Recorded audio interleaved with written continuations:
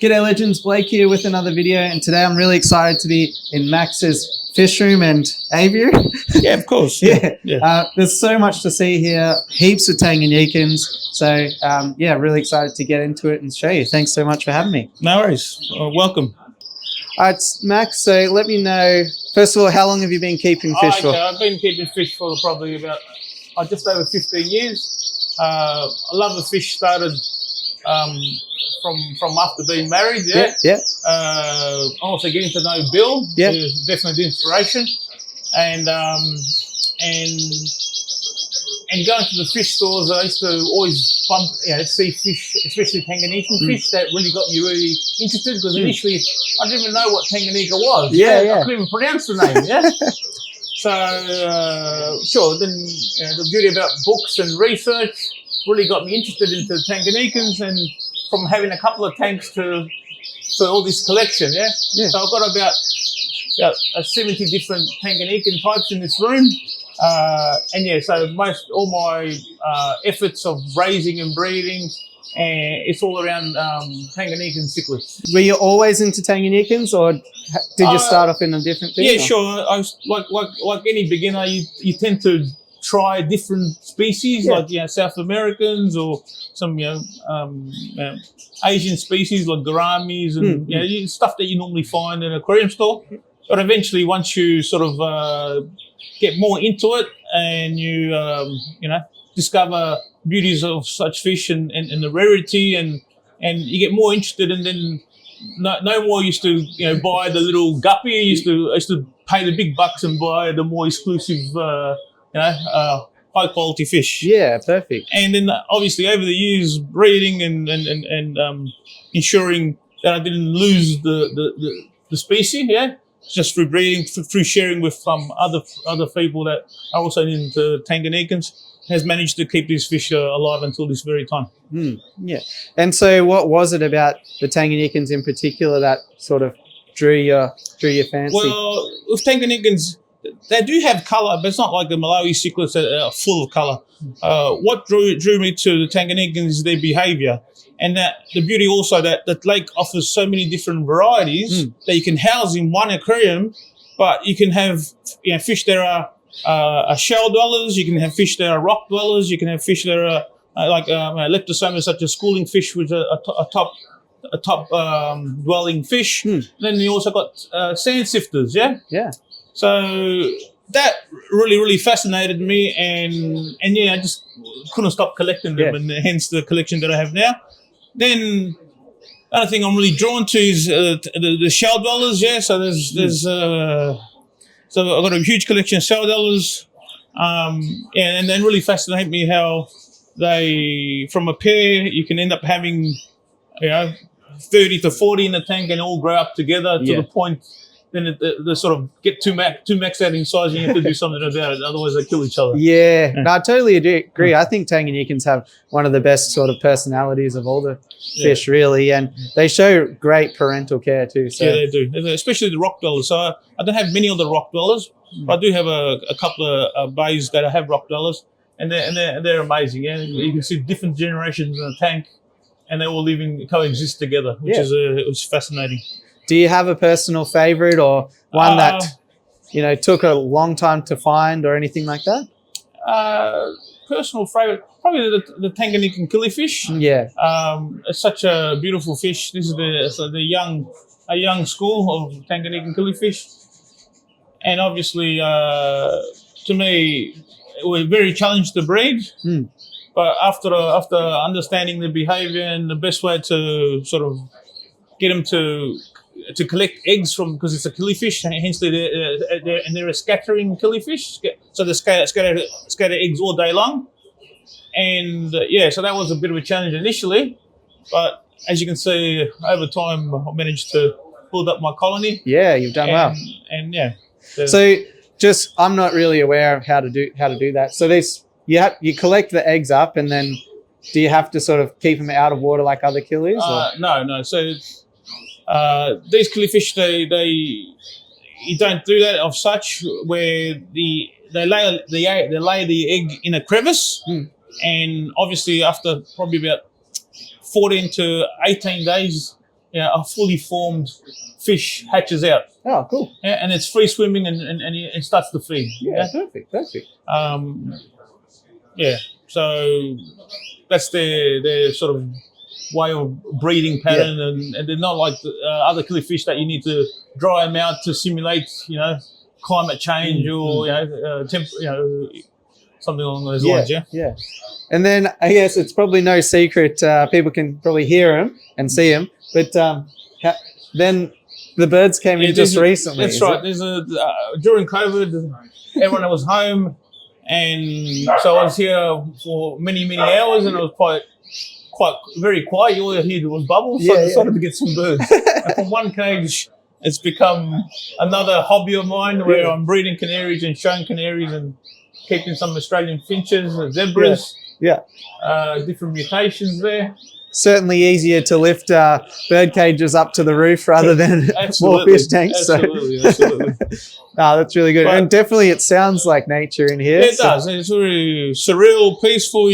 When there's no maintenance to do, you can sit here and just grab a beer and just observe what I've created in the past 10 years of putting all this together. Yeah. No, it's super unique, and I just think it's really cool. It's a nice combo that you don't see too often. Yeah, that's right. You often see reptiles and fish or whatever, but I sort of somehow made it work. Yeah, you've done super well. And what I like about it doesn't look out of place. It seems like it's all contained and sort of the way it looks. It looks pretty good. Yeah. You've certainly maximised the space in here. Yeah. Cyprichromis, another one that you don't see too often. Yeah. You got some absolute horses of Cyprichromis in here. You got one showing off. Yeah, this one's showing right on cue. So that's a parvo. So obviously there's different types of Cyprichromis. That's a parvo.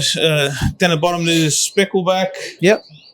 Do you have a favorite sip or? I actually do. Yeah. It's called the Zonatus. It's just over here. Oh yeah. So there's actually one displaying at the moment. As you can see, it's got the barring on the flank there. Yeah, beautiful. And a beautiful lyre tail. Yeah, nice long trailers. Yeah. Bit of it less of that sardine shape too. A bit more sort of torpedo style. Yes. Yeah, beautiful choice. And you have luck breeding all of those? Yeah, I do. So again, there's always experience involved and more know-how. Yep. From collecting eggs to through the different developments of the fish. But overall, I'm doing well. Yeah. Again, it just comes down to experience and knowledge and sharing with friends. And oh, by the way, I did this. Have you tried it? Let's do this together. Yeah. And always pushing the boundaries to improve on what you got. Yeah. And to be more efficient. Yeah. Perfect. What are you feeding these guys? Yeah. So I'm a food scientist in the background. That's my profession. So. Yes, I've done it all, like Billy does, and like other people do, where they do baby brine shrimp or bloodworms, or whatever. Whereas I opt not to do that anymore. Okay. So I found two products that have become really balanced nutrition for the fish, and because of these two products, this is the product after only feeding those two products. This is the product that I have, the result that I have. So no live stuff for me, because I'm a big believer that there's a chance of introducing something to your tank. Then you go back the next day, go, oh, what's going on now? Yeah. And then there's anxiety involved. Yeah. So I keep it simple. I don't complicate it. Do the same thing every day. I don't change any water parameters. I don't change the salts. Even the salts that I use, it's a CChem products. Yep. They cost a fortune. If I'm too scared to change them, just in case the anxiety coming in the fish room, go, what the hell's gone wrong again? Yeah. Are you allowed to know what those two foods are, or is it secret? It's okay if it's secret. Yeah, fair enough. The other one that people probably haven't seen too much of is the sand sifter. You keep quite a few of those. So I do keep a few of them. So these are some of the more pretty ones. These are the Exanatilapia papilio dukes. Yeah. Yeah. They got nice dorsal fin. Yeah, they're beautiful. Some over here. There's some there. Easier to see. Yeah, and you got a nice spawn of them growing out over here as well. Yeah, that's right. So this growing out stage to put back to the colony. Yeah. Do you sell many of your fish or to shops or? Yeah, a bit of both. Yeah. Most of the time I just swap with others that have something that I don't have, or I just when I got excess, obviously offer it to an aquarium store. Not much, just to sustain the hobby. Yeah, that's good. That's good. I'm pretty much and also to get them in the hands of other people that have not yet discovered Tanganyikan, because if you keep them all and don't share, it's no different to how I started. I didn't know nothing about Tanganyikan until someone introduced it to me. Yeah, of course. Have you found any species that are really tricky to breed or been given you dramas? Yes. So I've got a species here. It's quite rare. It's called Leptura. Yep. Yeah, so just having a bit of trouble with them breeding them. Yeah, okay. Everything else seems like I do really, really well. There's always got to be one, There's always be one a bit tricky. Yeah, I did have a spawn when I first got them, and I raised some, but now it's been several years that they haven't spawned, and I still haven't cracked to raise a large amount that I'm proud of. Yeah, so I'm still trying. Oh, I'm sure they'll get back into it pretty soon. Very good. And then in terms of sort of raising the fry and all that, I mean, for the most part, you leave like multis and julies in. Yeah, correct. So obviously, depending on the fish behaviour, you got mouth brooders, then you got fish that would lay in a shell, like the shell dwellers, or even the all the alto species that tend to lay in shells. So there's different ways of collecting the fry and raising the fry. So obviously, when the mouth brooders, I do collect when I see the fry well formed in their mouth. I actually extract them, and I actually use something really unique. And I'm happy to share. So this is my homemade extractor. Yeah, that's a good idea. I fill it up with water. Yeah, I catch the fish, and you squirt. Sorry, Blake. You're right. Just demonstrating, mate. And I squirt the water directly in the mouth, and that flushes out all the fry out of the mother's mouth, which it only happens in a couple of seconds instead of trying to open the mouth and using shaking around. So this is the little invention that works well. Good. That's a good insight for people watching. Do you get really specific with testing water and all that sort of stuff? Initially, I did. Yeah. But because of what I mentioned before, I just do the same thing every time. So I fill up my water tank. I always add the same amount of salts and keep it at a constant temperature. I sort of cycle the water that I intend to do the water change with. So doing that guarantees me that I'm always keeping the same parameters. So what I learned to do is to keep it very, very boring. Don't experiment. If it works, don't try to fix it. Just leave it alone. Yeah. Also, I noticed you got some giant. I always mix them up, whether they're Calvis or Alto Lamprologus. These guys are huge. That's right. So they're the gold face Matomboys. But I do have a different collection of gold faces. Again, another one of my passionate and favourites that I collected over the years. Yeah. So how old would they be? Because I know they take quite a while to grow. That size there. Yeah. Probably about 4 or 5 years. Yeah. Okay. So massive. Yeah, and obviously in every tank I have a different variant of Alto. Yeah. And they're just, even though they look fierce and they look like they're about to attack you, but they're really quite gentle and also gentle for the other tank mates in the tank. We were talking as well a bit earlier about your special filtration. That's right. Yeah. So again, over the years, using different types of media, I found this combination that I'm doing now works the best. So it's just those marine bioballs. Yep. Yeah. due to the fact that they're quite large. So there's a good chance there's anaerobic bacteria in the center of that's breaking down the nitrate to some extent. Yep. Yeah. And then the rest of it's all C-Chem matrix. Yep. Again, a very, very highly porous product. So I'll fill that up in the side filters there. And there's just a bit of filter wool just to pick up any debris. And that's pretty much it. No sponges that I have to, when I have to clean it, pull out the sponges and clean all the sponges, which are never 100% clean. But here I'm just pulling out the actual substrate, which are in nets. Yep. Rinse it down in the normal tank water. Yep. and put it all back.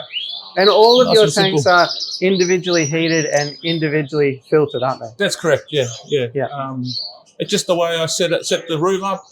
Didn't do it all at once. I staged it. Yeah. So that's how it happened to work out. So Yeah. when I do maintenance, yes, it takes me a long time because I have to remove the water out of every single tank and fill it up individually. Yeah. But it's part of the love. Yeah. There is something to be said about sort of having a nice temperature to be in, and it's not Correct, all humid and sticky in here and correct. all that sort of stuff. So, yeah. Correct.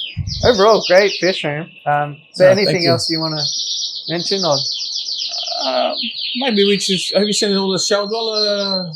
Yeah, we can go have a look at them. You know this place better than me. So here we have the section of my shell dwellers. Again, another passion that I have.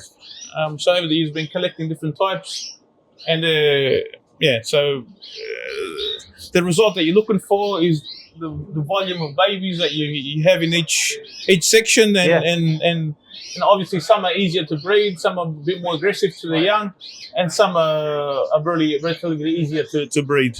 One of my favorites is the Signatus. So there's a beautiful fish. They're very, very pleasant to look at. Great personality, and obviously, they're all small fish. But if you stick your hand in the tank, they'll go for you. Oh yeah, especially some of these ocellatus types. That's right. They can take a finger off. That's right. Well, not quite, but if you're not used to it, you certainly get startled. Yeah. They got that sort of bulldog about them, small fish Personality, syndrome. Yeah, that's right. But where do you get your shells? Some of these giant shells I've never seen before. Again, there's shells that I've collected over the years, just mainly through sort of like eBay or sort of like markets where they sell sort of shells. And then I get to know the person. Then I ask them, do you have this particular shell? Because I'm fussy with the different types. I try not to keep different types of shell. I found the shells that I use now are the best for comps. And what's also good about them is that they're not really thick, and so if you get the shell and put it against a light, you actually can see the contents of what's in there, what's happening. Is it eggs, or is it a little fry, or is it just nothing in there? So that's the reason why I stick to these shells here. That's a really good call, because one time I bought a gold ockie from a shop, a bunch of them. Sure. But inside, they just gave me the shell because he backed right up into there. And in the end, I had to crack the shell open, and there was a dead multi at the top of it. Ah, there you go. So, that could have caused a lot of dramas. Correct. So good to see through it. Yep. So that's the reason. And so the shells are just same shells. Again, keeping it boring. All tanks got the similar theme. And that's pretty much it. Again, some absolute horses of gold faces here as well. I love these sort of more tricolor suprachromis as well, personally. They're my favorites. But yeah, I like how in every tank you've sort of got something in the middle, something in the top, something in the bottom. That's spot on. Yeah. That's the theme that I taken to set up all my tanks. Yep. And it works well. Yeah. Yeah, well, definitely the proof is in the pudding there. Yeah. I also noticed one thing. You've got a few bristlenose. Correct. So in most of the bristlenose tanks. are purely been grown in order to clean the inside of the tank, so minimising me cleaning inside the tank. Obviously, they're not Tanganyikans, but I haven't come across a Tanganyikan that does an efficiency in cleaning as a bristlenose does. Yeah. Yep. So every tank has one in there to keep the inside algae free to an extent. Yeah, no, that's a good idea. That's definitely definitely working. And obviously, when I get my chance, I get in here and clean all the filters, clean all the glass. Yeah, the end result is amazing because there's no more stains on on the glass, and it looks great at that stage. Yeah, yeah, perfect. No, really love it. Really love it. And all of your racks and everything, did you build yourself? And No, I actually I had someone get them done for me. Yep. I initially had all wooden racks, but I found over time they'll start to bow and it's starting to get a bit dangerous because you touch them and they're swayed side by side. So knowing that I'm in long term in this hobby, I paid the money and I got someone professional to build me these racks. Yeah, yeah. And they're built so they can outlast me, so I can pass them on. Yeah, you get a lot more space as well with the seal. Correct, correct. So there you go, guys. That was Max's fish room and Aviary. Hope you liked it. Thanks so much for having me, Max. No, it was great. Great to have you here, Blake. It was great that you're doing this for the hobby and sharing people's fish rooms and yeah, that's a great thing that you're doing, mate. Keep up the good work. Yeah, perfect. So yeah, if you like the video, it always helps me out to smash like, hit subscribe and all that fun stuff. Other than that, I'll catch you on the next one. Thanks for watching.